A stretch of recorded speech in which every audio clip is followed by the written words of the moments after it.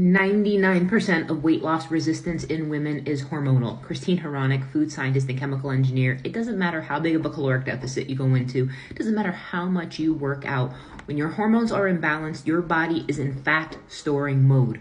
The only way to get out of fat storing mode is to get your body into fat burning mode. This is controlled by 3 hormones. It is controlled by your estrogen to progesterone ratio.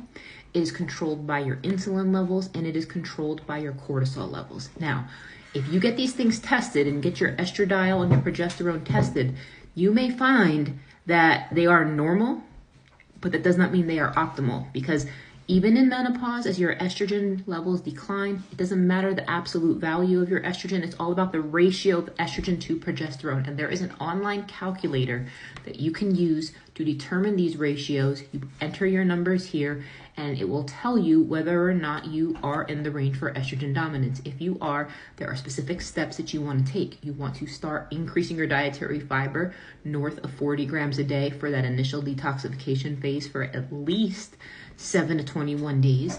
You want to start increasing your dietary fats. You want to eliminate sugar. You want to lower your caffeine intake or completely eliminate it. You want to eliminate alcohol. You want to get rid of any refined starches, and you want to be getting moderate amount of protein. Now, if your insulin levels are what's causing this, you need to get those insulin levels lower. You can do that by doing some intermittent fasting, by lowering your carbohydrate intake, but that doesn't necessarily mean going and keto or completely low carb, but you do need to lower your carb intake, balancing the counterbalance of those calories with your dietary fats and your protein intake. The next thing is your cortisol levels. You got to get that cortisol level checked and under control. You can get blood work to control this. The best thing that you want to do if your cortisol is out of whack, you want to start supplementing with magnesium glycinate. I use the Gauge Life Magnesium Glycinate. I take 2 capsules before bed. This is one of the biggest nutrients that females are deficient in.